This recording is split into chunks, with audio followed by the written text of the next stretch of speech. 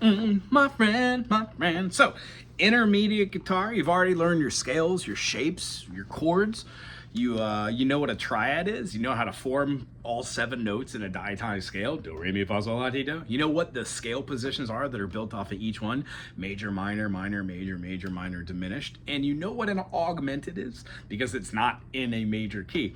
When we talk about that, the next step is like the minor scales, then learning modes, finding patterns, understanding what major and minor harmonic progressions are, and then just being able to do a little bit of chord analyzations for your favorite music, whether it's popular, secular, non-secular, and then trying to write something on your own. That's where the crux comes. If you are just a one instrument player, maybe you only hear one instrument in your head. Frankly, after playing 20 plus instruments, now I hear like trumpets and clarinets and pianos and basses and all sorts of stuff whenever I hear just a note or a kind of melody or something. I postulate what it could sound like if my brain was doing the producing. So rather than doing a video on things that you must do here, the idea is this is a suggestion. I'm just one person. If you like the channel, subscribe, put something cool in the comment section. If not, there are plenty of other resources to do what we do. If you have another instrument, learn it. Many people have 1 or 2 instruments lying around the house. Some people have a harp, like a harmonica. Some people will have a piano sitting there, whether it's out of tune or not. It's hard to play an out of tune piano, but you know what I mean. Finding yourself doing different things with different instruments will help tie together concepts on the guitar. So, having said that, when we play a standard acoustic guitar, we are essentially playing close to the chord of G major. You can call it many other different chords, but there is a GBD that makes a perfect triad in there. GBD and then the other notes that we would have on top of there, the E and then the A, are relatively close to that. The E is the relative minor of G, and then the A would be considered a 9 chord or a sus chord, depending. So when we just play the instrument open, it's an 11 chord of sorts. And with this instrument, this just happens to be a mandolin. One of the things that I find interesting on all instruments is you will have a 1 and a 3. Now, on Mando, the 1 and 3 is stacked like this, where the note that is considerably the 3rd, and then the 1 above it. Well, on most instruments like a guitar or something, your 1 and 3 will be stacked like that. Hence, if you're playing guitar, you know that a G major looks like that, a D major looks like this, F major looks like this, C major looks like this. All those shapes just have the 1 and the 3. Well, here the 1 and the 3 doesn't look like this, it looks like this. Just learning that fact allows you to take the mechanism of using different fingers and then move it up into a bar chord.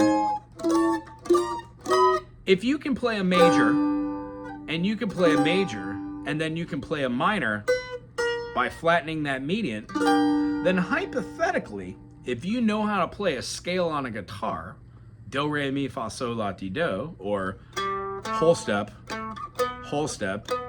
half step, whole step, whole step, whole step, half step, you get to your P8 or your octave. So our major second, minor second, major second, minor third, major third, perfect fourth, augmented fourth, perfect fifth, augmented fifth, 6, minor 7, major 7, perfect eighth. Now we could keep going up, augmented prime, or flat 9, 9, so on and so forth, but we're gonna keep it below the 12th fret. If we play a G major, and you know that now you could play a 1 and 3 like this with any fingering, if you scoot this up and you bar the 2nd fret and don't play a major, but play a minor, you now have a movement from a 1 chord to a minor 2nd. We know that the 2nd and the 3rd are both minors, and there's a half step, but it's a major. So you throw down the major fingerings, meaning major and minor alter. Major, minor, minor, major, major, minor, minor, major. The reason why the last one, the diminished, I said as a minor, it's because it is. It has a minor 3rd as its harmony building the chord.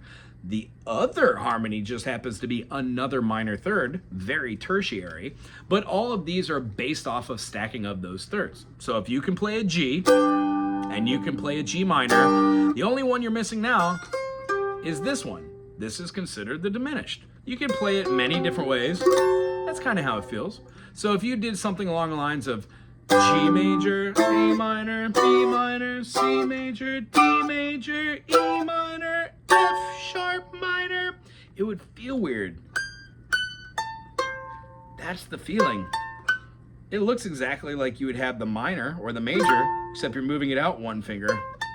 And then you resolve to the G, which looks exactly like it does down here, except for now the open notes need to have a bar chord. If you could do that in one key on one instrument, what's to stop you from picking up any instrument?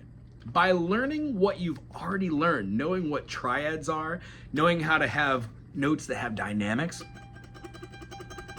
and 16th notes?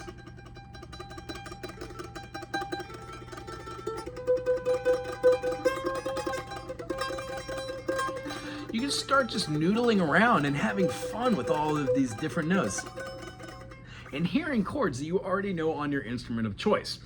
A recommendation I have for all beginner and intermediate students is to try new instruments, but in intermediate kind of guitar and stuff, when you're learning how to play like a D dominant 7 or a D7, try and find another instrument that you can also play at the same time that gives you a little insight into different string numbers. Like an ukulele has 4 strings, a mando has 4. Ukulele is a little closer because the chords are still set up the same, 4s and 5ths, but this one entirely flips the chord on you. So these shapes, they're awkward and weird, but I gotta guarantee and tell you this, they're no more weirder than learning how to play like a sport. So when learning how to play and do all the things we do in music, the idea is they're just mechanism of repetition.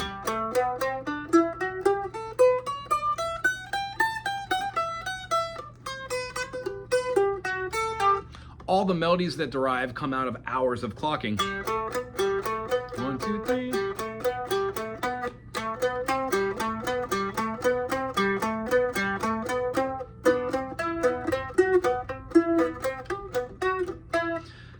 Writing and playing little things in your mind, in your head is great, because if you know your scales, do, re, mi, fa, sol, la, ti, do, just the major scale, get an instrument. Doesn't matter if it's mandolin, banjo, harp, ukulele, piano, even if it's your voice and you start singing.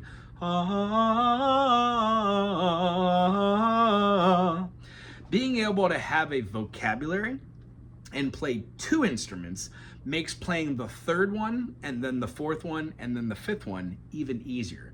And I can guarantee you, some of the instruments that I'm absolutely horrible at, like the recorder or the flute or the clarinet or the harmonica, the idea is just practicing. The more you practice, things start to make sense. And I can guarantee you, when you clock 20 hours on any instrument, all of the foundation that you learned on one instrument will move to the next. I hope you enjoyed this. If you made it all the way to the end, put